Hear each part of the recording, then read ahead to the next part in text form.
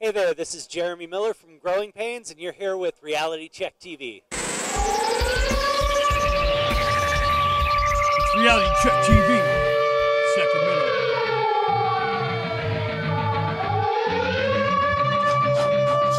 It's time for the Reality Check. How you doing, you guys? This is Shell with Reality Check TV Sacramento. Look who I got here. He's all grown up now, okay? You know, how many people do you know besides yourself that has bubblegum cards here, you know? Truthfully, this is one of the coolest things that we ever found. I mean, how many people get to say they were immortalized on a baseball card?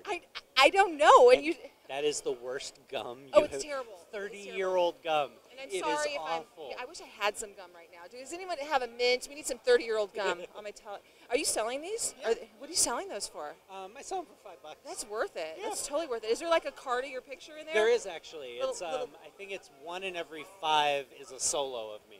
Yeah? 1 in every 6 or something like that. Okay, well, so. I have $5, so I'm going to test the gum out. Okay, so it let's I have done it. Can you open this for me, warn and then you. then we'll split it, right? We're just because this is reality. Come on. I can't believe I'm doing this again. Oh, we did this again. I don't know. I've never watched this again. Okay, 30-year-old. This is the worst. Oh, this is so gum exciting. Okay, and it's ever. pieced. It's okay. There's Yeah, a piece oh, yeah, for it you. breaks up. Okay, here we go. You know, we should I'm do this like taking the this. small one. I swear, this is kind of like having sacrament right now, right? I This- feel like you know what? Bless This me. is all unholy sacrament. This is so bad. Woo. Listen, we're going to be right back, okay? Part 2. Coming up soon. Oh, Oh, this is terrible. isn't that bad? Yeah, it's really bad. Back. I'm so sorry about that. Did you get a good washout? I was chugging gasoline. Yeah, after I mean, that. anything to just change that, you know. You know, this is really special, so we just want to. Can they find this online? I mean, It's as far as actually- any of this these stuff? are really hard to find, actually. A good Okay. friend of mine who's a collector got me a couple boxes Okay, so little I treat for could, you. know. But what about as far as your paraphernalia? Is there a way for us to find you online, or just directly at shows Just like directly this? at the shows. Okay. You can find me on social media. I keep Okay. updated Okay. everybody Are on you when doing I'm your going to be. own social media, I or does your actually wife do. pretend to be you? No, actually, my wife does help me. Okay. She doesn't pretend to be me ever, Okay, but good. she will go through stuff to Screen it or to let me know. We have certain things that are maybe more priority. I do a lot of work with recovery. Yeah. Oh. Been in recovery myself for 6 years Wonderful. now. We're very and- supportive of that. Absolutely. Thank you. But I get a lot of. Oh, good. So you do speaking announcements and different I things do. like that? I do a lot of speaking engagements about Okay. recovery. Yeah. I do a lot of conventions. Inspirational speaker. A I'm lot gonna look. of- You know what? I didn't do too much research on you in that way, so we're gonna plug in on that. You know what? There's more to this man. Okay, there's more to this Growing Pains era. Earlier we were speaking about you have just finished a film, and you also have an up and coming show that it's hoping to be picked up soon. Can you Yes, talk about that? we have a new show. It's an hour-long paranormal drama called Third Eye. I play a psychic medium whose wife is murdered, and he basically expends his entire fortune trying to solve her murder. Okay. But she's the one person that he can't reach with his I was gifts. just gonna say you can't. Obviously, there's some clue, Exactly. right? But you probably have mediums in between that maybe are. Well, there's things. gatekeeper Yeah, type there's of things thing. you can work through, and it's going to be very fun. We're exploring all sorts of different paranormal, Yeah. Astral projection, planes of existence. I mean, just really. Prior to this, did you believe in that, or were you educated? Are I'm- you a new believer? Because I used to be a skeptic, and then I've learned some things. I'm not a doubter. Okay, you're not a Let's doubter. say it like Okay. that. I wouldn't call me a believer, but I've seen too much Yeah. in my life to be arrogant enough to think that Well, in there's recovery- nothing else out in there. recovery, you believe in a Spirituality, higher power, yeah, everything. all that stuff. So I know that I know we're being watched at some point, That's how right? I feel. So how cool. So what's the process with that? As far as when you shop for the pilots and Mm-hmm. stuff like that. I mean, it's basically there's funding involved, but I mean, is it like finding the right slot, the right time? I mean, I think the time is now actually. It's really more about right now is a perfect time for the paranormal. Yeah. It's so big right now. But finding the right match with a network or with a distributor is difficult because it depends on what they're looking for. Sure. Certain networks maybe are trying to move towards a older audience or a younger audience, or they may love what you're doing, but you're not their demographic. Right. So right now we're actually negotiating with all of the major streaming platforms. Oh, nice, because it's so different now than when you were growing It up is. doing you have your so many stuff. options now. Yeah, and you're just one couple studios exactly, and and that's it. it had to be their way or the highway. Yeah. Now with the streaming platforms and with artists having more choices, you can demand a little more creative control.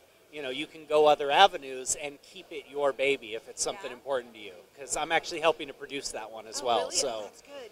We here at Reality Check, we've been around for 25 years, and we were actually one of the, as far as public broadcasting, we were the first reality show dated, and we're out of San Francisco, and it's cool. Do you have different, when you come to San Francisco or LA, do you have like a little community that you kind of plug in, I'm sure you have your people in different towns. We're trying to salute you when you come to Sacramento or San Francisco. We want to be your people. I love that. That is perfect for me. We might not have all the shebangs and shiny stuff, but our CTV headquarters in San Francisco. What street is it on? Gary? Yeah, Gary Street. It's old-fashioned, right above a bar. What's the? Hey, Hugh, I need you to come in on here. I need some historian here. We're impromptu. Hugh, hello. This is the founder of Reality Check TV. Nice to meet you. Okay, to meet you. listen, we need a little background on where can they find us. If he's ever in San Francisco, he can certainly stop by Reality Check Studios, right? You can certainly stop by Reality Check headquarters if you dare. Okay, but what upstairs? It used to be above a bar. What's the address? It's 3850 Geary. 3850 Geary. What's the nearest cross? Geary and 3rd. Okay. Yeah. I know the general vicinity. Yeah. So we're just above this creepy old house, and it's fun, Yeah, it's sort of like Wayne's World gone crazy, And I just wanted to bring Hugh in because the only way we'll ever get aired with the big dogs is if we brought the master in here. We're just the little people. All right, get back out there behind the camera, Hugh. All right. So tell us a little bit about, I was looking at some of these photos. You got a story behind everything. Oh, absolutely. You really get personal with your guests here. Do they get the opportunity to pretty much ask you anything about these photos? Well, that's really why I do this. Yeah. I love getting to sit and talk to the fans and get to meet the fans and, getting to hear their stories about what the show meant to them and things like that. Your show meant a lot because I raised my kids in the 90s, and so it's like, TV was a big part of just, TV today is a little bit different. Oh, it absolutely is. Because we're like watching it on our telephone now, but I feel like we had more of an experience. Not that we can't bring it back to No, that, we can't. We can bring it back to that. It's just, I think things really changed. My boys, were of the more impressionable age in the 2000s. Yeah. TV had really changed by then. I could no longer just turn on the television and let my children watch whatever they wanted. Right. Your show was like, okay. In our time. What was the most controversial? Can you remember topic? Can you remember not to put you on the spot, but was there something here that your show was like, whoa, I don't know, this is pretty like risky? Or I don't. There think had we to have ever, been a topic. I don't think we ever pushed a real. I think they don't have transgenders no, now. They didn't have anything. Back then, that was nothing that you would even broach the subject about politics. of. Now sometimes politics kind of gets you work in the shows. it in, and it's great. The social What about commentary. product placement? Did you guys have any like product placement? There's always a box of cereal in the back that That's is the Kellogg's funny thing. You noticed it, but they always had the words crossed out, or they tape out one or two letters. I'm like, people know what that is, But no, the only brands we ever had was at one point Reebok and one point Nike. Okay, cool. They supplied our shoes for the show. Were you ever on I don't want you to feel bad if you weren't. Were you on a lunchbox? I don't think we got a lunchbox.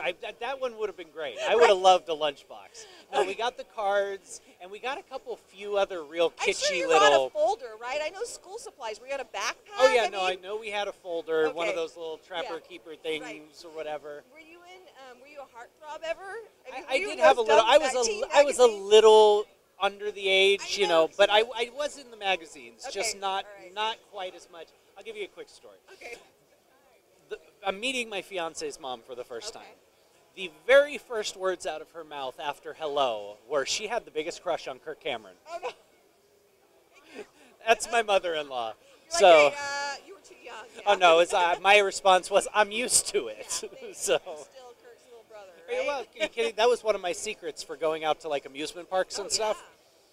When I would get, because I wouldn't get mobbed like Kirk would, but if once you sign one autograph, especially in like an amusement park setting, you're going to get mobbed. Yeah. Now I'm a person, I love the fans. Yeah. If I don't have a job without the fans, I don't have a career without the fans. So I have never turned down an autograph in my life. No. But when you're at an amusement park with your family, with your friends or whatever, and they want to enjoy the day, yet you have to spend 3 hours signing 400 autographs Yeah. or 1,000 because Yeah. people just keep Yeah, coming, they just come.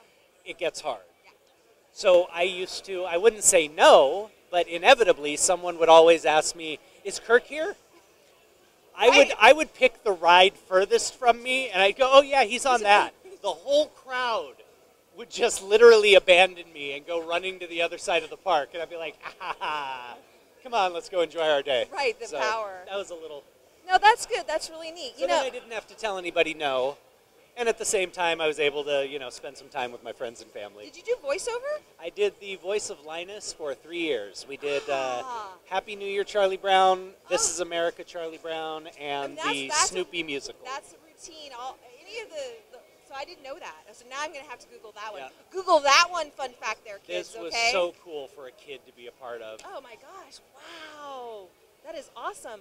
Well, is there anything that's coming up in the next few months? This is going to be aired in a few weeks, and it'll be up on a reel for Edmund. But as far as anything coming on in the fall next year, anything that we can talk about? Actually, next Tuesday won't be aired because it's irrelevant. Right. But something in the future. I just finished about 2 months ago, finished a new horror film called Marijuana. Oh, really? Yes. Very out there, very gory, very Did you catch creepy. that marijuana? Marijuana. Google that, kids. Check it out. Wow. How So that exciting. actually will be released early next year. I'm not trying to spoil alert, but are you alive? Do you die? Are you murdered? Did you get killed in the first I scene? can't give you that one away. Apparently. I can tell you, Is it bloody? it is so bloody and wonderfully gory. It's great. I actually got to help produce on that one as well, so it was wonderful. On a serious note, though, when you do a horror film, it's really hard to act in that, huh? I mean, were you ever scared? I mean, is it like, because you're doing, I guess maybe for younger actors, it's It scarier. can get a little freaky when you're younger. Yeah, I did a yeah. couple horror films when Yeah. I was younger. Pardon me. It's okay. And I got to die in both of them when I was Okay. young, and which I was a horror fan anyway. Okay, so so for it me, I wasn't- didn't yeah, it get wasn't scared. like I was like, oh, therapy. cool! I get to Yeah. get torn apart. I mean, that was a thrill. Ooh, I'm going for to have me. to look up that one, too. So Let's do our research on this guy. that Yeah. one was called The Willies, The Willies? Okay. and yeah, I get shredded. It's very cool. I don't think we can top that. I really don't. I think we're going to end on that note. It's been a pleasure. Thank you for your time. We're here for some more. We're at the first annual SAC Pop Culture Expo 2017.